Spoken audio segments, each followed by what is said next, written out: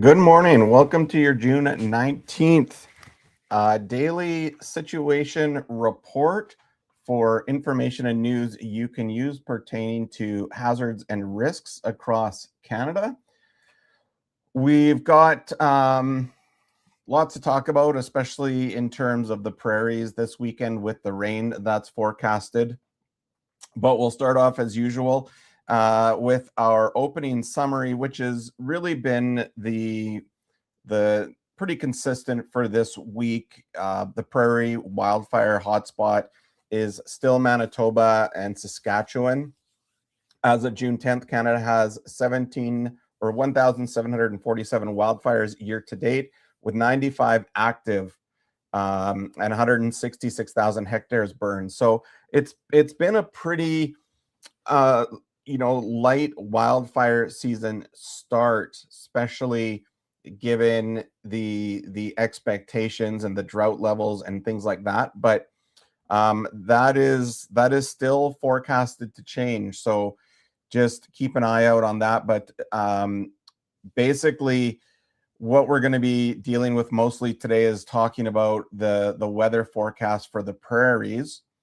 But where I want to get started with is continuing to talk about the response to fires and floods that so many communities, non-Indigenous and even Indigenous, or Indigenous and non-Indigenous, don't spend enough time planning for and discussing, because everyone is so focused on the emergency services. But and that seems to also be where a lot of the grant money is focused at, and a lot of the advice. But I kind of take a different spin on that in terms of where we want to focus, because a lot of the wildfire resources, emergency services, those response mechanisms are fairly well embedded in our system.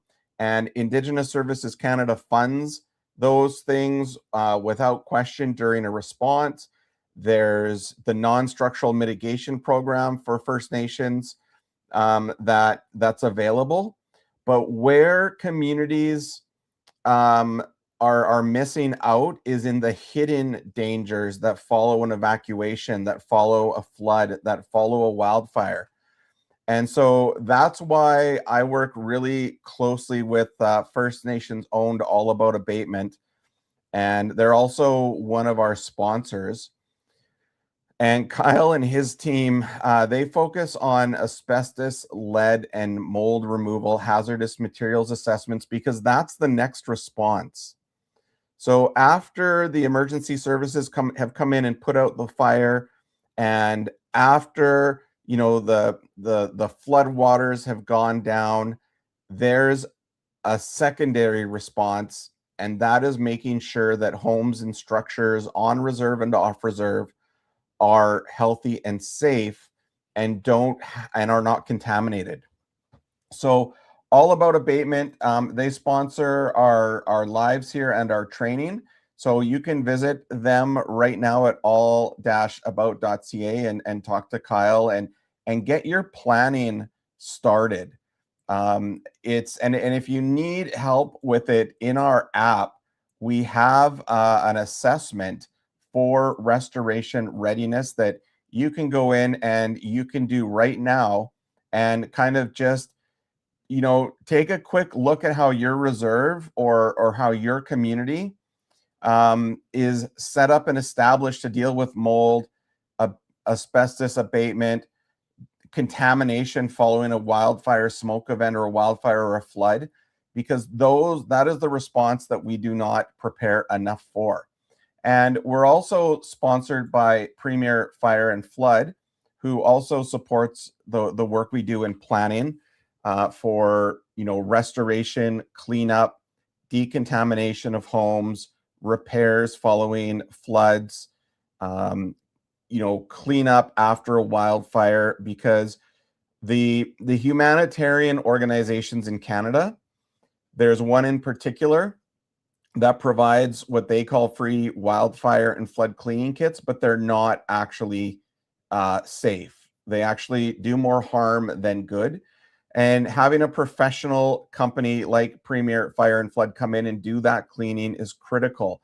And again, they have to be part of your planning. They've got high extraction, high efficiency water extraction services.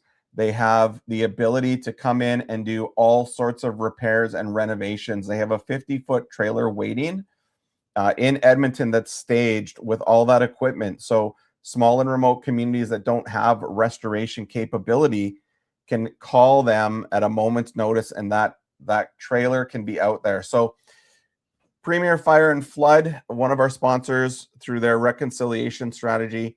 Again, you can also go through our restoration readiness assessment and, contact them or Kyle at All About Abatement for those services and that expertise. So again, thank you to Kyle and thank you to Darcy at Premier Fire and Flood. So the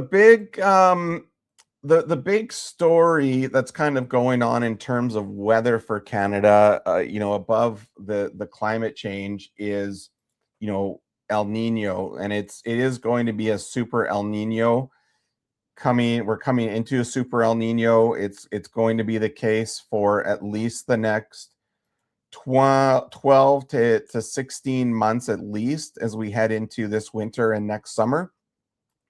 You can see where it already is. It's just going to basically continue to head north through the states and into Western Canada. But it may not feel like El Nino's coming in because we have a major system that is headed our way, especially if you're living in Alberta, and you can see it right there. That system is going to move east along the mountains and into Edmonton down south, and we're expecting 75 to 100 millimeters of rain by tomorrow afternoon. So if we look here, you can just see how that is headed. That's going to bring a massive amount of precipitation.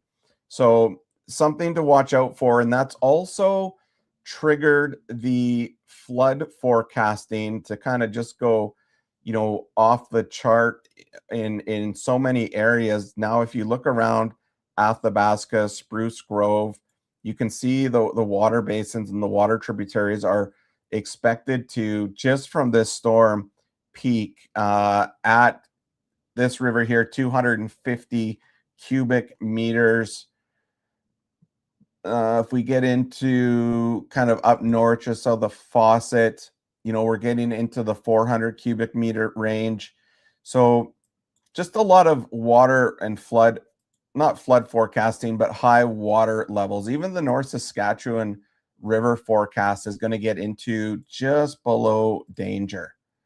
But it is going to hit that danger level a bit more north, probably where it, I don't know the right technical term for it, but the flows kind of reduce there in terms of the size of the river. So there's peaking going to be happening all across here. I would say even kind of in the mountains, Grand Cache, what are we seeing here? Little bit of peaks, but that's also probably because the snowmelt is close to being done. But that storm that's going to move in here by tomorrow is going to bring a ton of rain. So right now you can kind of see it hanging into British Columbia. If we play the video here, you can just watch it move across. This is Friday evening. It picks up steam once it's over the mountains. And then by Saturday afternoon, headed into that evening, we're going to see quite a significant amount of rain. So probably even, it's probably going to be more now forecasting for Sunday night. It looks like Sunday morning, 2 a.m. So, while we're all tucked in and sleeping, you're going to want to maybe take a look at the situation with your basement windows. Make sure that There's good drainage in the windowsills. If you've got anything in your basements of value that's on the floor, take those off, because if you've got this amount of rain overnight, I mean, not everyone's awake. It's even good if you can to get those water sensors. So if water does penetrate your basement floor, then you can get an alert on your phone. And we're making some of those actually with the sensor network that we're developing.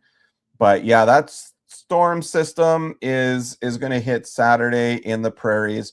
They've also got if we look at the other weather map here, you can see right now the warnings, rainfall warning for just the eastern slopes, 50 to 60 mils is expected. I suspect when we wake up tomorrow morning and this weather map is updated, we'll see that. And then if we look over at our radar, this one only goes through till this earlier this morning, but you can see the high pressure systems are moving south, and that's going to make way for a low pressure system to come in and destabilize the weather. So again, when we wake up tomorrow morning, this alert that is right now here is going to kind of flourish and move east for us.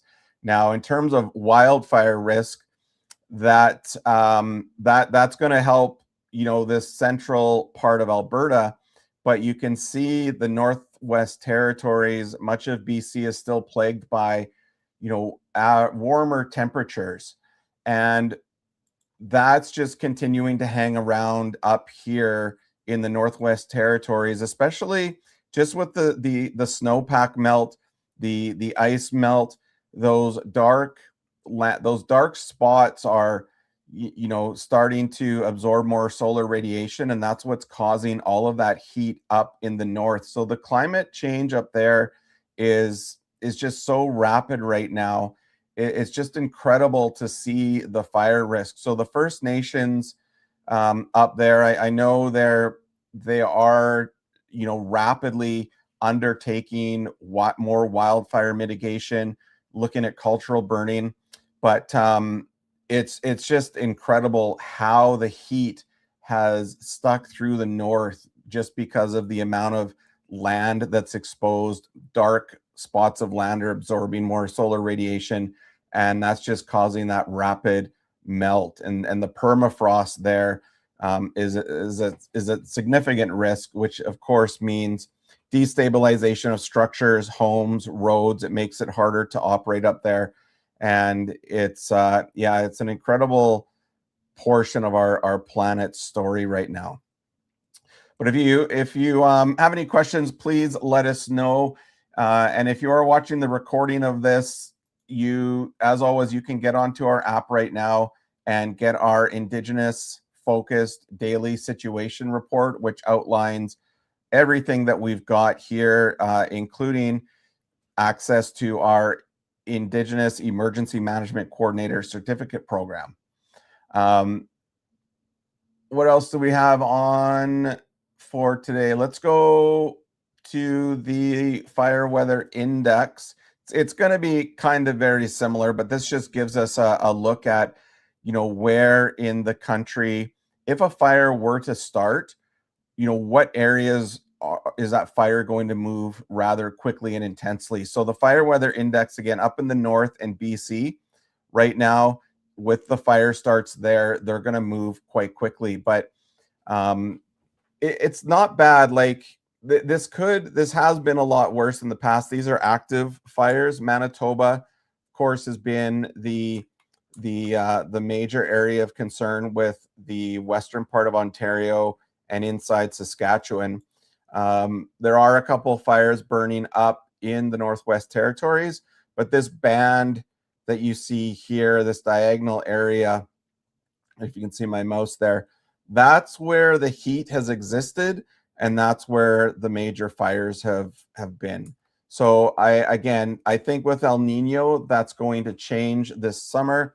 The West is just waiting for that intense heat. And then, of course, we've got the flooding that's forecasted, and we're going to see some just so I mean with the flooding, you want to be careful if you're outside, if you're on the land. Just watch the small creeks and rivers, because those water levels are going to come up slightly, and already with the saturation that's out there, the ground. What is happening here? This is Alder Flats. Look at that. That one just is, for whatever reason, that little area there must just be in a low area, and that river must it must just kind of like, I'll have to check that out. That's kind of an interesting little anomaly down there for flood risk, because whatever that is going on in that area, that once that water hits, it just immediately spikes. So you could see some flooding around there. What's it going to look like up here? Yeah, there's been so much high water all spring right now in this area, and it's finally starting to come down. So it doesn't look like there's going to be much impact from the upcoming rain, but still at the dangerous levels.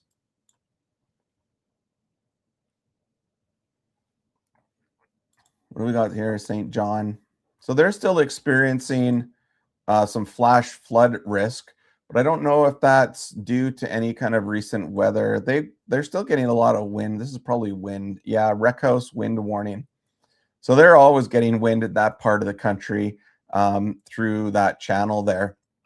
So probably not surprising to them. But again, that big story here is the rainfall warning for the prairies, especially Alberta, Edmonton, as we get into Sunday morning.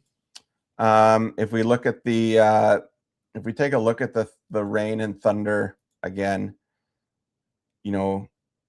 that's just incredible. So something to watch out for. Get your eaves troughs ready. Make sure they're all cleared out. Make sure that the water can flow, because if you're in this part of the country, you're going to get torrential downpour. What was that? There is so maybe there's that wind. There's why St. John's has maybe got a bit of that rain flood warning, because they do have a bit of a system there. But we can see the Wreck House, the wind moving here at about let's look at the wind.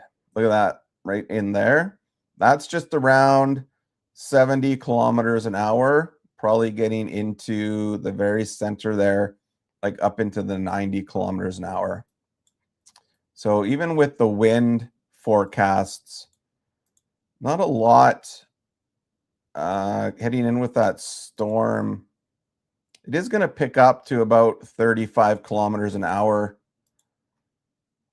Oh, yeah, look at that there. So even with that rain, we can expect 45 kilometer hour winds and gusts to follow that. So it's going to be a very windy and stormy overnight on Saturday and Sunday.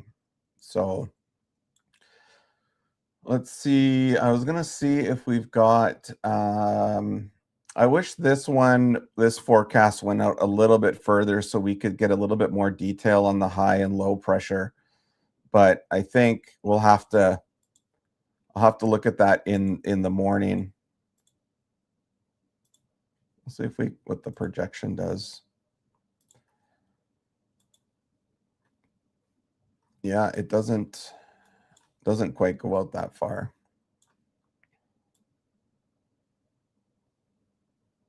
But you can already see that high pressure system is moving south, which is what gave us that nice weather yesterday. But this system is you can kind of see here, once it gets over the Alberta border tomorrow evening, then that's where we're going to see a lot of the rain. So if you're just joining us, these are recorded and posted on our YouTube and Facebook every live session. So if you want to go back and catch us from the beginning, you can. We go over the fine fuel moisture index or code as well, which is basically a rating of the fine fuel moisture code surface level those fine dead surface fuels that carry the fire. Surface flames here, it is still quite dry across, even with all the rain we've had. The water just sometimes it doesn't penetrate through the canopy down to the forest floor where it needs to soak up. So with the drought, that's the concern. I know people are like, well, we've had a lot of cool weather, there's been lots of rain, that's probably keeping the fire risk low. Well, it's not. Our drought has been so bad for so long that we would need to have probably 3 or 4 summers, 3 or 4, spring and summers like we've had right now in a row, 3 or 4 years worth to get our drought conditions back to where they might have been 20 years ago. And I just don't know if that's going to happen. So even with the precipitation and the snow that we've had, you can see that the fine fuel moisture code is still in that 76 to 92, especially BC. And that's just due to the active climate change. And we're going to get, again, as I said, hit with El Nino. So yeah, kind of interesting. Again, you can go and take a look at our reporting. We are, if you are interested in your Indigenous Emergency Management Coordinator certificate, you can get that training right now through to the end of August at no cost through our sponsorships with All About Abatement and Premier Fire and Flood. So you can take all of our modules on the emergency management coordinator role and common emergency management strategies, which includes evacuation. And then if also on the app, if you want a complete list of all of our resources and data, it's all listed here, along with our learning articles. So if you're interested in an on-reserve emergency management coordinator role, or even off-reserve in an Inuit or Métis community, and you need to create job descriptions or anything like that, that's all available right there. So you can take a look at that as you go on your emergency management journey.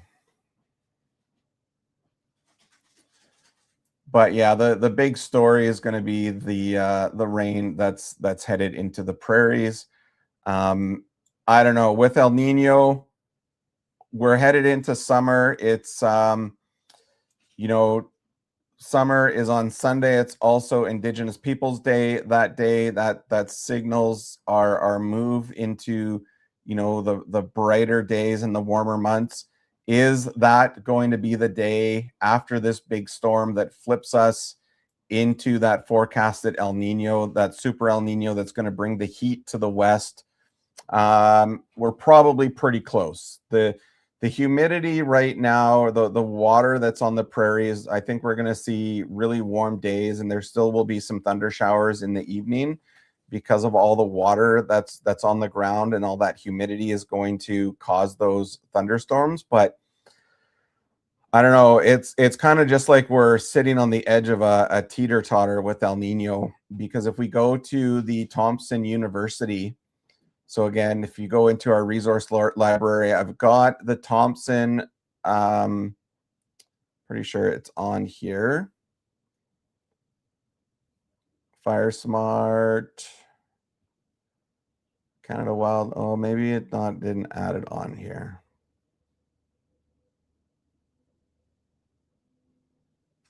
Where did it go? I did have it on here.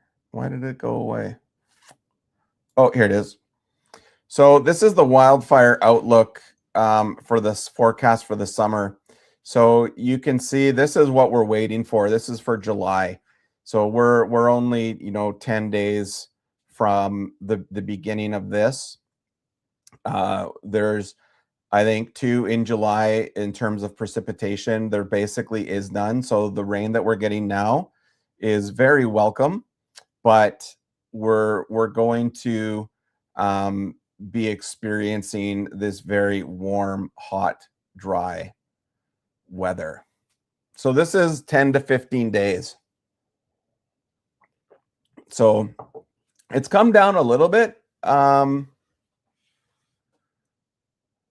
It looks like the upper level percentile has kind of dropped a little bit. So that's interesting. Just in the last week, the seasonal forecast for Canada as a result of El Nino has dripped or dropped down a little bit, but the precipitation has actually gotten worse. So there's basically no precipitation going to be for next month, and we've still got parts of southern BC, Alberta, Saskatchewan, Manitoba that is in that upper percentile of normal to below normal precipitation, and that again is a recipe for a very active wildfire season. Really the only thing that we can do at this point is just reduce ignitions. This is the lightning density flashes.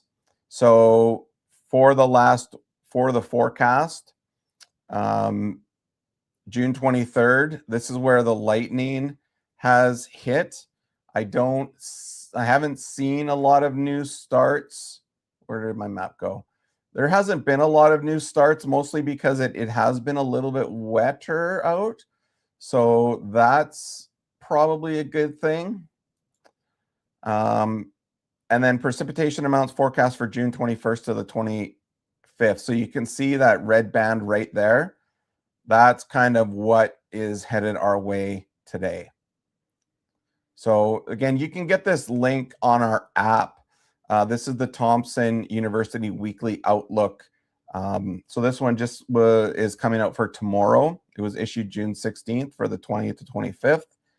And I think we'll see. I think this one is still going to shift back north. This big dark red spot is going to shift back north, I think. So that's something we want to watch out for July, because the forecasts for El Nino again are quite considerable. So again, if you just catching this, we do record our lives. They are on our YouTube and our Facebook. You can go back and watch these recordings from start to finish. Yeah, there we go.